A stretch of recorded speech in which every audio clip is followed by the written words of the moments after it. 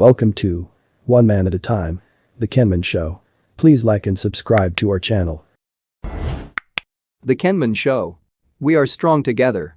Yes, and welcome to Diaspora Media Max Radio. It's another beautiful Saturday. This is Family, Faith, and Health Focus Show, and we are here every Saturday, 1 p.m. Pacific, and midnight Kenyan time, or that's East African time, and 3 p.m. Central time, and 4 p.m. Eastern time. Thank you very much for all those who have tuned in and those who are coming. We are still waiting for you. We are here last Saturday with Mrs. Jane Karaja.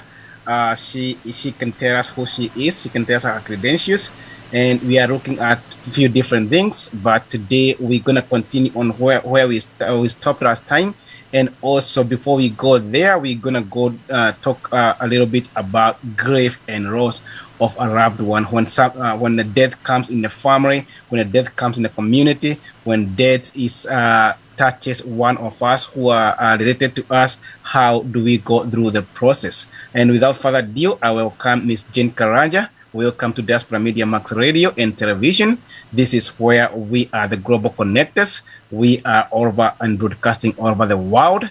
And if you are there, you're in Kenya, and you like us to shoot your video or record your video or even do your live stream, we do that too at a very reasonable price. And if you're a businessman or woman out there and you like us to advertise in diaspora, this is only the diaspora radio and TV with an app. You can be able to advertise on our platform at a very reasonable price. Welcome, Ms. Jane Karaja, to the show. This is Family, Faith, and Health Focus Show, and on Diaspora Media Max Radio. Thank you, Alex. Good afternoon to you and to our viewers. Thank you for welcoming me to this media. Diaspora is always my pleasure to be with you at such a time as this. I'm Jane Karaja, yes. I'm a nurse, and I'm also a counseling psychologist, and also accredited mediator. Thank you. Good to hear that. And it has been a tough week, and it's in a very tough month, actually, a very tough year in diaspora.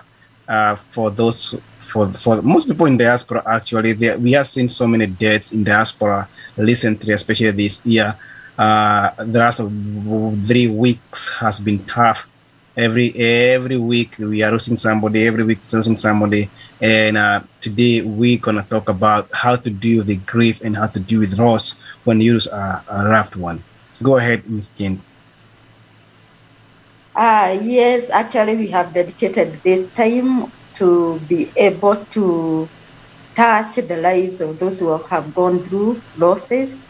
Mm-hmm. And some of them, we know them, like Mr. Muiva, who lost his wife, Miriam, who is also, they are a couple that are very well known to me. And it is touching to know that they are going through such a loss. And we want to journey with them. At times, we may never understand what one goes through when they have lost their loved ones, because people experience loss and grief in many different ways. And at times, we may not even offer the help that the people who are going through the loss may want to have. But we are here to contribute in our small way to be able to tell them that we are together during this difficult time. And if in any way they would need to talk to us in a different way, in a different forum, for them to know that we are here. However, in this program, we want to talk a little bit more on going through loss and grief, and what it means, just helping us to understand even ourselves. Because when we have lost our loved ones, at times we even are not able to understand what is this that we are going through. At times, a lot of pain, a lot of confusion. We want to shed some light on some of the things that people experience when they go through grief and loss. And we want to use a model that was that one by name Elizabeth Kubler came up with after observing people going through losses and how they went through the process of grief for many, many years. And they came up with 5 stages of grief and loss. And this is what we are going to discuss this night. hoping that the listener may be helped in one way or the other to navigate, to navigate the journey of grieving for a loved one. Thank you. Yeah. And so could be to start us off, let me just do a bit of divination on loss. Loss is not anything outside what we know what loss is. It's just a fact. It's just a fact or an act of being unable to keep or maintain something or someone that we had. And on the other hand, grief is that intense emotional reaction towards that kind of a loss. Yeah. And of course, when we talk about loss and the process that we go through in grieving, it is not just, we don't experience this when we have lost people. We also experience this when we have lost, could be items, some part of us. You know, at times people go through surgery and they lose part of their body part, and they go through the same processes. One may have lost a relationship. Could be they have gone through a divorce or a separation. They still experience this kind of emotions. One might have lost a home. We hear so much America experiencing tornadoes or things like that, whereby homes are destroyed and things like that.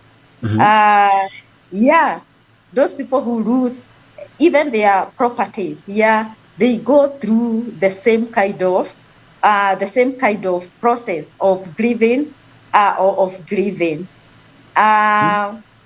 so people may, the listener may not actually have lost a person, or could be they have lost a person as we have just shed some light or talked about it, that we know among us there are some who have lost their loved ones.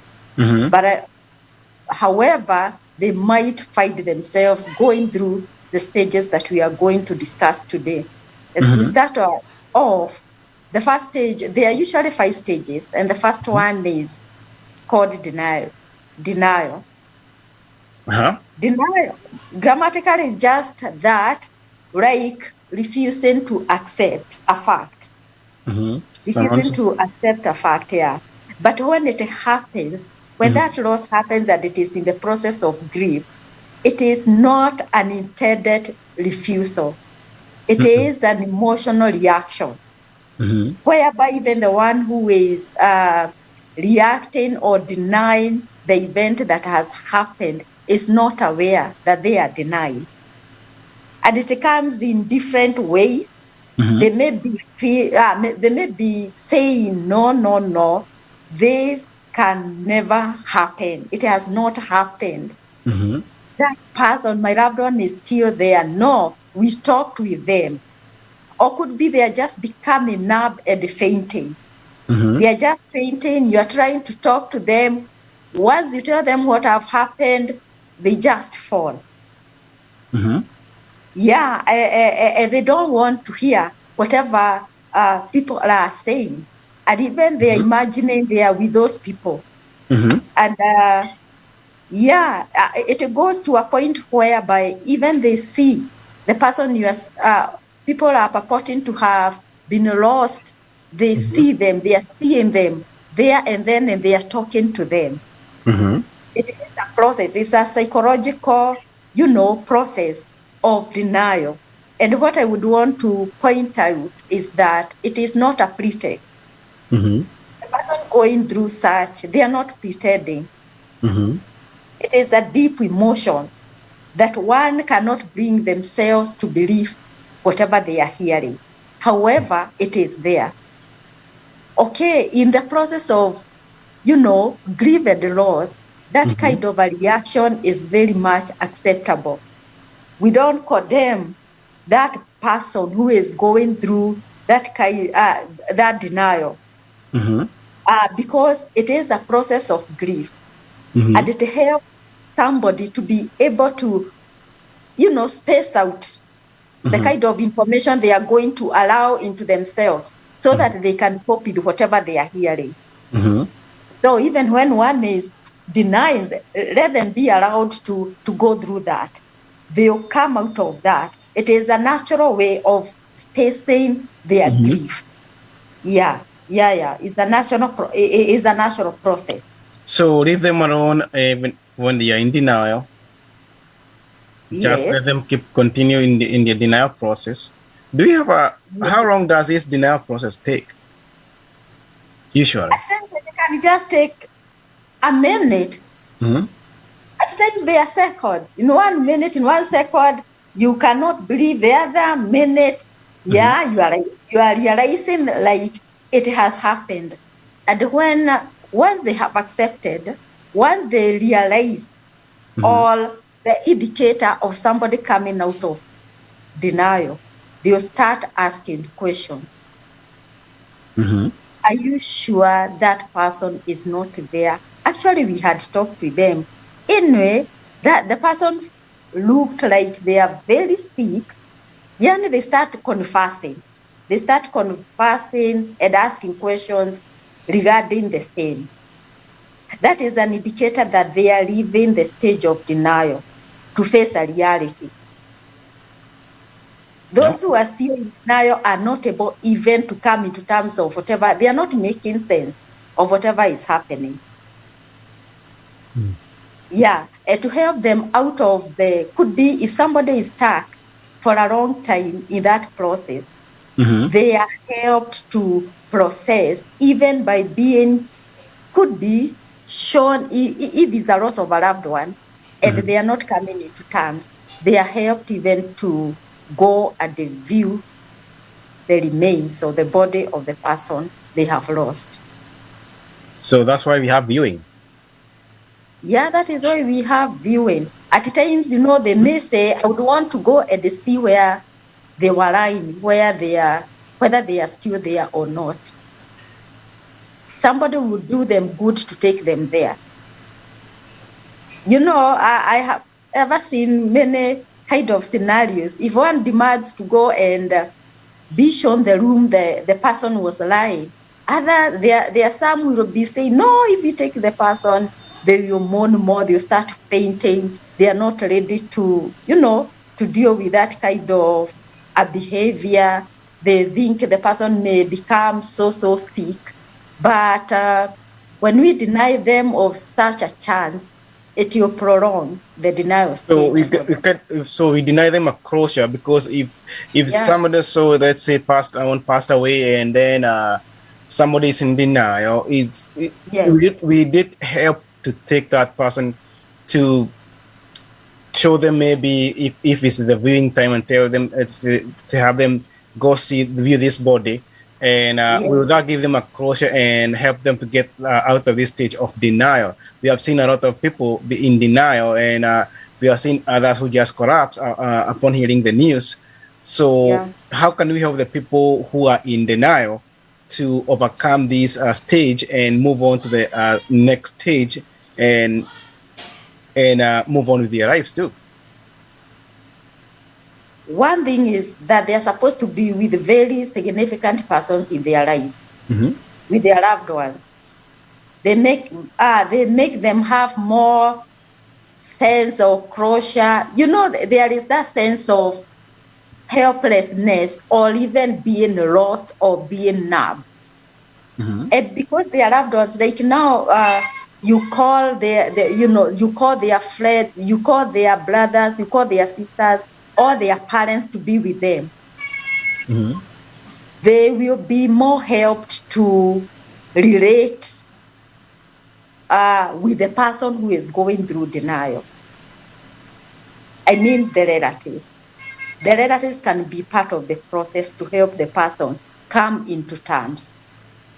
With the reality and what's going on and what has happened. Yes, particularly if they are relatives. They help them to come into terms of what has happened. As long as, that person has been examined, that there is no medical condition that can cause worry. You will just let the relatives to be with the person, and even to facilitate them even to go home. They come into closure in a better way and even faster. They are able to move to the next stage. All right, moving on then. Just a good way of helping someone who's going through the denial. It's always there, especially the first few days, then the reality kicks in and people come to terms of the reality that, yes, this has happened and this is the reality and this is a fact and this is what happened and there's nothing to do about it. There's nothing to change what has happened. And then maybe accept what has happened, accept the news, no matter how bad they are, and move on with their life and accept that that's the way things gonna be from now on. Yeah, at times it's not easy. The person may come out of denial, and then the next day they are still asking, they are still wondering whether whatever they were told is true. And they are saying, can you take me back to the hospital to go and just know whether whatever happened really happened? So even as we discuss these stages of grief and loss, it's not that they are linear, like you are moving from one point to another and you are putting a full stop on one stage. At times they come flipping in. The first stage comes, you get to the second stage, then you find yourself denying again, then you find yourself going to the second. I see. Yeah. So it is not that there is a stop, a full stop on any stage. There is no full stop on any stage. At times they just get into somebody's life, flipping from one stage to another, from the first stage to the second, and then back to the first, and all that. However, it's a process and it comes to an end. At the end of the day, it gets to the end. Okay, so if we could talk about the second stage, it's about anger. Yeah, the second stage is on anger, where the person experiences very strong feelings of displeasure about what has happened. Particularly, they are not actually even angry at that. They can be angry at many people and at many things. You may hear somebody being angry at somebody who did not go to see the loved one that has been lost. And they are so angered and you are wondering, what change would that other person have brought to the life of this person? At times, the one can find themselves getting angry at the doctors or the nurses who are handling the patient. And the feeling like could be they did not do enough. Or at some point, there is somebody who talked to them badly. And now the anger is coming at this time. They are feeling so angry towards that person. But it is because of the pain and the hurt that they are feeling. At times, they may feel angry that even somebody did not accompany them to the hospital. This is the time that anger will come at the show. So I thought did not come to take me to see my loved ones, and now they are gone. And they are so angered toward that person. However, it's a way of expressing. It is also a positive way of expressing a negative emotion because of the pain that one is feeling. Because when that negative emotion is not expressed and it is pent inside of that person, it may turn to be a trauma, psychological trauma, a long-lasting psychological trauma. So is this anger supposed to be repressing the denial stage of it? Or because some people are some people can be angry at things and they don't express their anger. Some people can express their anger and verbalize it or say it. Some people are just angry from the inside and they're burning and about to explode, and it takes one instance to explode and say things and bust about things that behave way different than the way they are. They have never lived like that before. Should we take this anger personally? No, people should not take that anger personally, because actually that person is not necessary. Actually, they are not angered at that person. They are angered at the pain of what has happened. That is what is causing anger. Let me give a disclosure about myself. I've just remembered a reaction I had of anger. One time I had lost my sister. Actually, I was on duty. I was on duty when I received the news. And so I just left work, and I didn't want to know who is going to replace me at the working place. And I went home. And when I went home, there are some brethren who came to Kodo with me. And one of them was a church elder in the fellowship that I used to go. And I remember they read a word. And I'm a Christian. They read the word, and I'm wondering, why are they reading this word? And then the food was served. I'm just trying to make the long story short. Food was served, and everyone is telling me, you take the food, just eat something, and they look like they are so kind. But the anger that I was feeling inside of me, if I could have talked, I would really have been very rude. I would have hate somebody. I was feeling a lot of anger. And the more they persuaded me to eat, the more angry I was. You are becoming. And actually, inside me, I was not angry at them. I was wondering, what do they think I'm celebrating? Am I celebrating the death of my sister? Why are they telling me to eat like I'm celebrating? In fact, I had to cool myself down and tell them to let me go and sleep. I was just feeling bad. So what I wanted to say is, this anger is not actually being expressed to those people. You are still angry at the pain of the loss.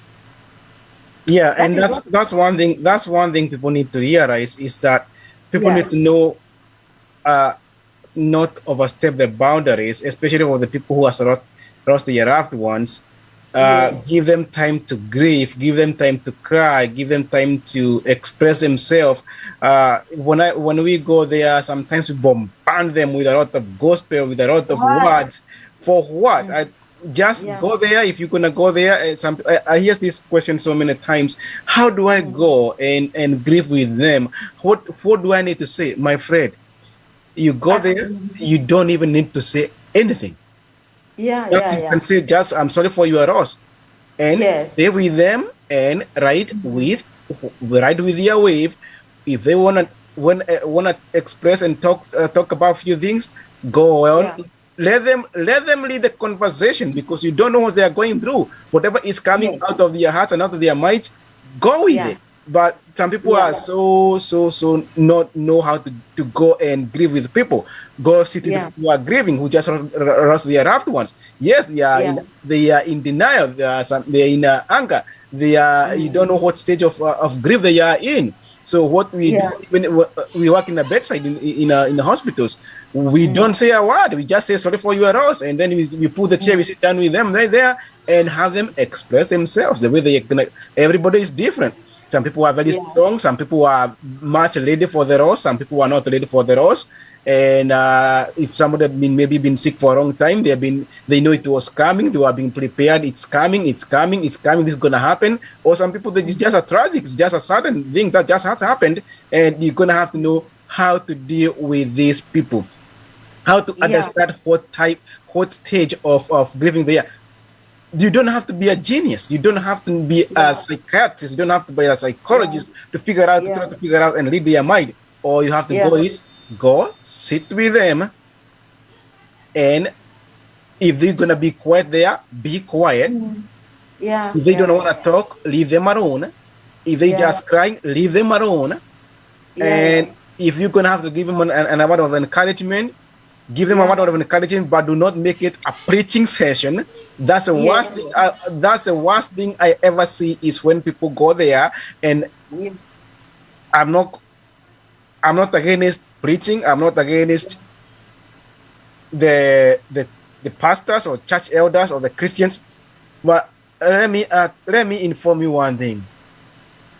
You can give somebody a Bible verse. You can speak to them, encourage them with 2 or 3 minutes Bible verse or an amount of encouragement. But when you go there and take hours of preaching, preaching to some people who are very angry to begin with. I'm telling you, There are people preaching to people who are in denial. There are people who are even asking God questions, and you are there preaching for hours to them.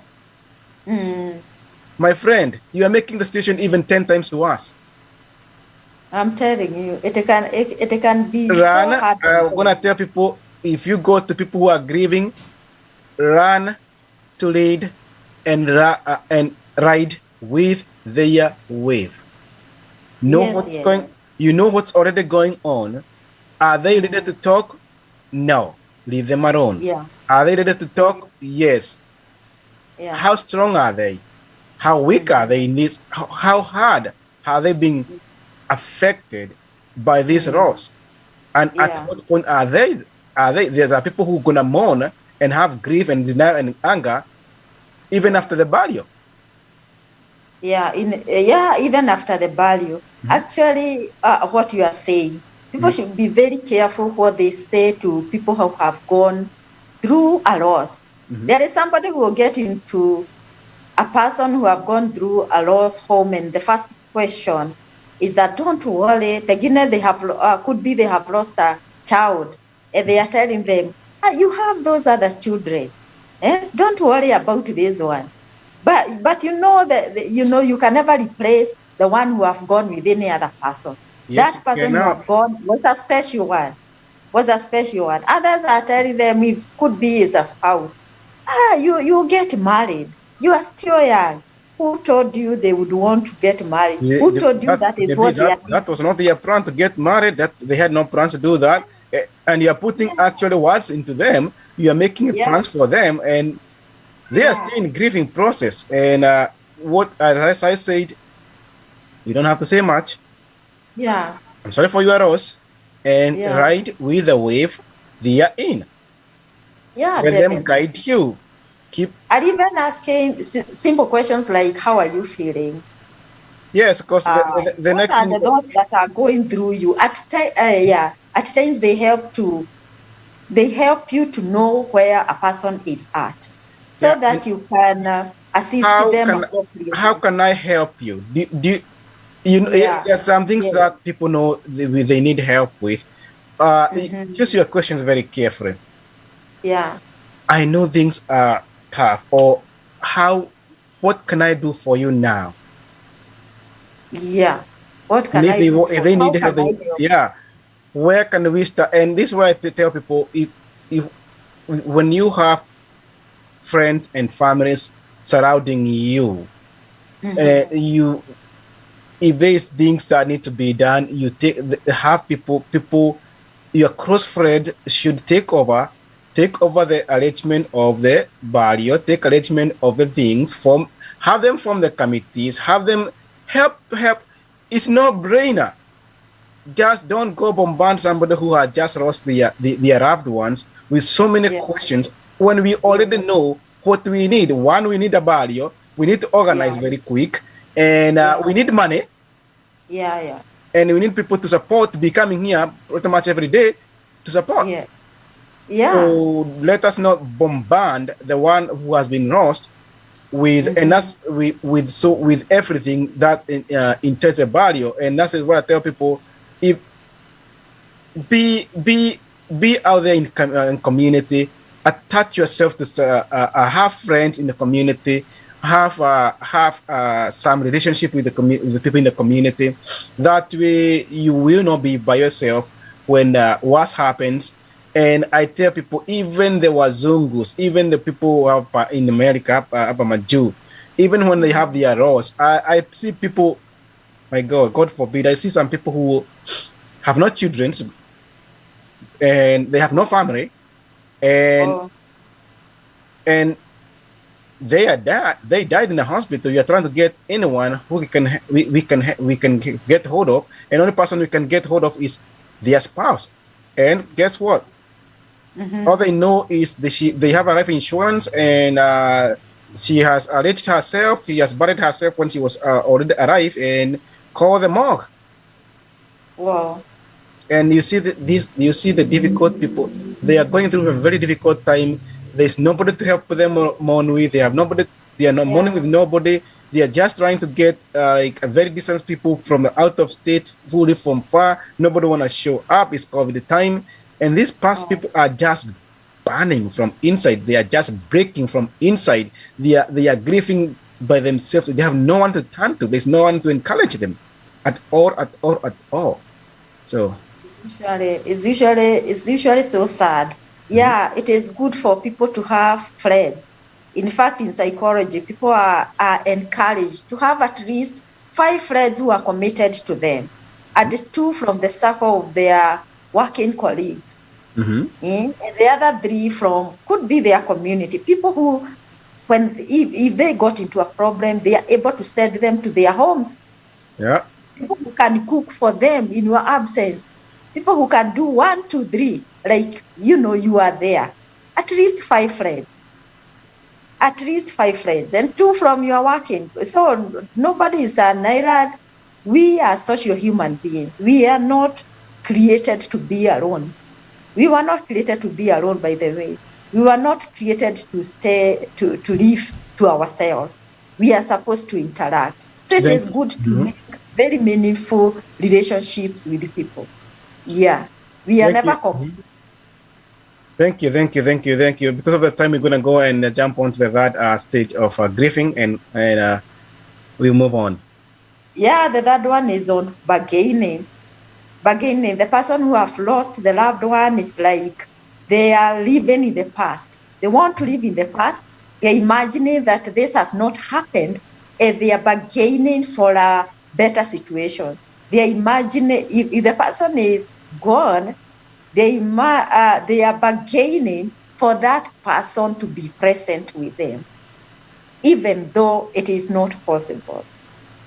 And you can even hear somebody say, "What if, God, I give my life to you?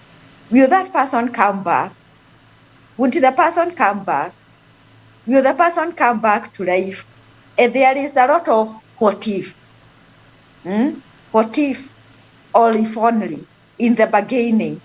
And there is a lot of, in this stage, there is a lot of blame game. They are blaming themselves. Most of the time, they are blaming themselves. When they are saying what if only, it means there is something they wanted to have done and they did not do. And so they are bargaining for a chance because they are feeling guilty. They did not do something to maintain the life of that person. They feel as if they failed. They feel this person, and this is why this person died. Yes, there can be situations where we can one can feel the blame that I did something that caused the death of this person, and I feel so guilty. There are most of the situations actually they are opposite. The people who actually have this bargaining and guilty is the people who did nothing wrong at all. Yeah. Some of them they could have not visited their parent for a long time. Some of them there could be other issues just that has nothing to do with their death. Some people it's just like they didn't see them, or they had a promise with them that I'm gonna come visit you on this date, but they died before that date. Some of them they said I owe you this, I owe you a tour, I owe you a vacation to this place. It never happened because of the circumstances, and they are bargaining us. Oh, I wish I can get one more day with this person to fulfill what I did not fulfill with this person. But we are not the people who controls lives, and you don't know what the next minute gonna bring. You don't even know what tomorrow gonna bring. And if you are going there and you are wishing that you had one more minute, one more day, one more week, one more year with your loved one because of the promises you made, or because of the things you did not finish or accomplish with them, well, it's too bad. And it's God who gives lives. It's God who takes lives.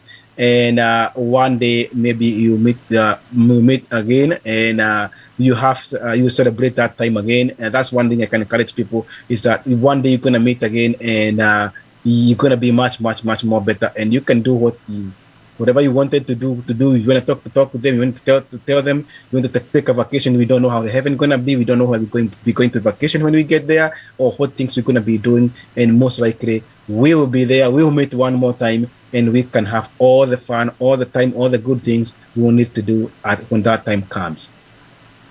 Yeah, it is good to know when death happens. It's beyond any person. It is beyond any person. No one knows when death is striking. And even if you were to know, you have no control to reverse the situation. Mm-hmm. And so there is no need. Of course, there is that feeling like could be I would have done something better. It is always good to know that we are human beings. We are limited. We can only do much. Whatever you have done to that person, thank God that he gave you an opportunity to do whatever you were able to do to them. And when that death comes, it is beyond you. It is beyond human being. It is appointed for man once to die. And after death is judgment. So it is appointed. And that's It's a destiny for every human being. And it's just that we don't know the time, we don't know the hour. And so while we live with the people, we value them, we do what we can with them. When their time comes, it would be easier to let them just go and rest in peace. Yes, and that's what most people don't understand is that once you are born, from the day you are born, that day death is upon you, and you're gonna die. At one day you die, and doesn't matter.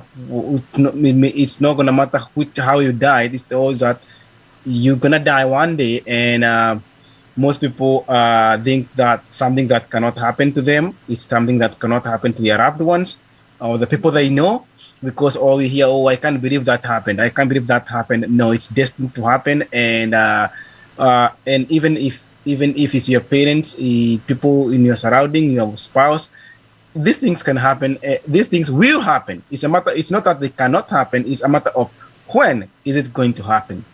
It's about a matter of when it's going to happen. So, it's tragic. Some days come as tragic. Some days comes people are being sick for a long time. Some people have terminal diseases, have critical diseases. They have diseases that they are just hanging by the thread of the hope that they're gonna live the next day. So it's a matter of when it's gonna happen, but it's gonna happen. And one thing we should be is being prepared psychologically, mentally, physically, that this gonna happen, this gonna come. And sometimes it's hard to accept just the will of God that the person are dead, one person is dead, or no matter who it's in your family, your loved one, or whoever, how you are related with them, they are gone, they are dead.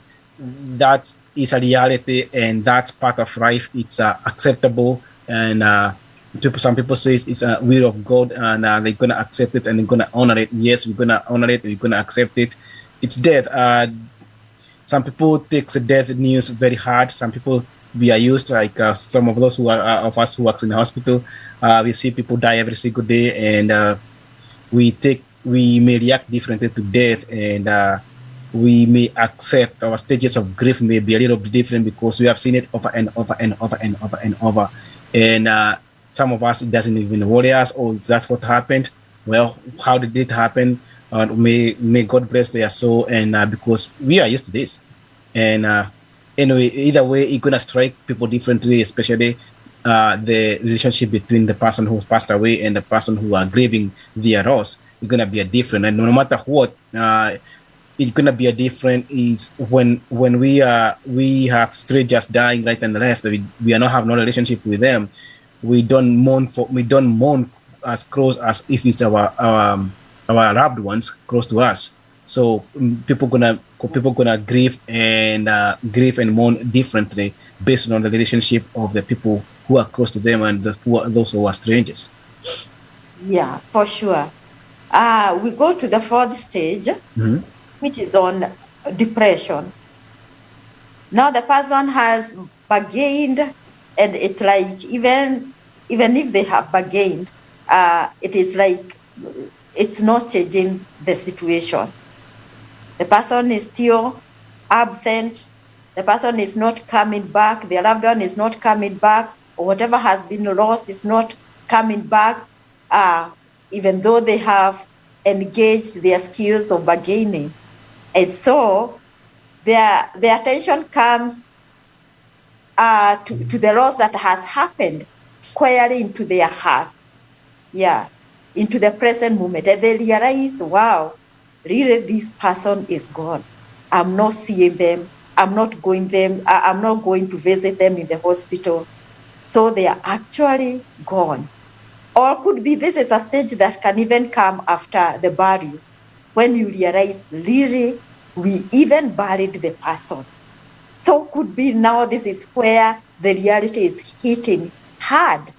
It is hitting hard. The grief is getting deep into the soul that really the person is gone, is gone, is gone. And it is a stage that is characterized with a lot of sadness, deep sadness.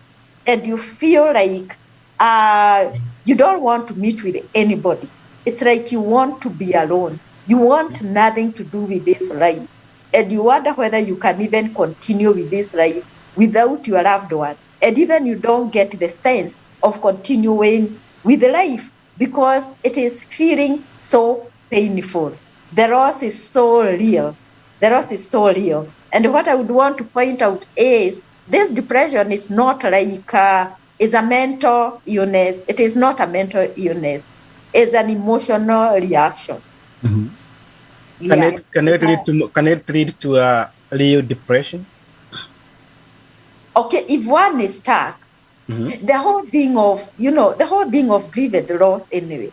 If one is stuck in a certain stage of grief and they have not been able to come out of it, it could be even in depression stage or in bargaining or in the anger stage or denial, it can lead to depression, yes. Mm-hmm. And that is what we usually call post-traumatic stress disorder. PTSD. Mm-hmm. Yeah, the PTSD that can play back in somebody's life in a very bad way. In a very bad way. How can we avoid the emotional depression to becoming a PTSD, especially for the people who are close, like somebody lost a spouse and there are children involved? How can we help them from not developing this PTSD and actually make it worse down the line, even after burial? Is to help them through the process and be with them, listening to them, hearing what they are talking about, so that if we realize they are stuck in a certain stage, they can be referred to somebody who can deal with that kind of issue, because at times we may make it worse as human beings if we don't know what the person is going through. We may give them words that may make the situation worse. And could be the least we can do is to continue visiting a person who have lost their loved one and listening, hearing them talk, knowing what they are going through, knowing whether they have any difficult situations that they are unable to help themselves. And in such instances, that is where you refer them to mental health, service providers, so that they can be helped out of it. Yeah. I hope I have responded that appropriately. That's good. So they need maybe a counselor to help them through this stage of depression as a grief, and so that this does not become a PTSD situation. Yes, in fact, it appears in different way. There is a person I know who used to serve. There were 4 in the family, and the leader of the family, died. But the spouse used to serve 4 plates of food, even for the person who died. That means they were still in the stage of denial. So people can be stuck in every stage. And when they are, when one realizes or their friend realizes, that they are stuck, it is time to get help for them. Okay. Yeah, so we were talking about that depressive state where one is feeling deep sadness, you have no interest in anyone or in anything, you are really crying, you are wondering whether life will continue without the loved one, because this loss has finally settled in your heart. You are feeling this depressive mood. You are in this depressive state because the reality has struck home. Yeah, you already realize, yes, no matter what I do, no matter how ugly I become, no matter the bargaining, no matter the denial, for sure this person is dead. And this is what is making this person very sad. So it is an important stage of grief, because if one has not gotten depressed, it means the reality still has not struck. But as you had said earlier, anyway, people mourn differently. People react to these stages differently. So it is not necessarily that somebody may experience this deep depression that we are talking about. Some people will just have a moment of, feeling sad, some tears here and there, but not the kind of deep depression one would imagine. So at times it depends with individuals. Okay, and now we go to I know time is up, but before we finish, I can comment on the last stage of acceptance. This one comes now after depression. It has hit hard in your heart. You have known this person for sure has gone, and you even buried them, or you even saw the body. And so, like, you have no choice. For sure, they have gone. And so you bring yourself to accept that the person is no more. No more. Again, and it doesn't mean because you have accepted, you are okay with that. It's like you are saying, okay, it is good that they have gone, or you are happy about it, or you are not feeling anything. You'll still be feeling the loss. The heart is still there. The emptiness may still be there, but at least you are in a safer place that you have accepted. Yeah, you are in a better place that you have accepted the person has really gone, because that is what now will help you be able to move on. And when we talk of moving on, it doesn't mean that you have really done away with remembering that person. Yeah, but you won't remain, if you fail, you won't remain down there. You are waking up and, dusting up your clothes and telling yourself, even if it is one day at a time, I'll have to move on. And it is good actually to move on, because death is beyond anyone. Death is beyond anyone. It is not us human beings who designed death. It is the one who created us who designed death. And so ours is like to accept and even to ask the same person who brings death, and that is God, to bring comfort and consolation to our heart. Indeed, he says he bites the wood of those he has hurt. God does not run away from his responsibility. He still comes when you are deeply hurt to heal you. And I just want to give an example as we wind up. When I went through the loss of my sister, and I was feeling so devastated that night that she died, I remember I told God, if you want me to accept the death of my sister, then just give me sleep and give me peace over this. And instantly, I don't know how it happened, but I slept instantly. And when I woke up in the morning, it was different. I'm saying this to say that God hears prayers, because he is the one who has made you get hurt. It is you who gave you the spouse. It is you who gave you that child. It is you who gave you the sibling. And now he has taken, he realizes, he knows, how touched you are by the death. And so he cannot just leave you or assume you or take you for granted. So again, when you call upon him to heal you, to comfort you, he indeed will. And I want to quote Psalms 34, verse 18, as we finish, that says that the Lord is close to the brokenhearted and saves those who are crushed in spirit.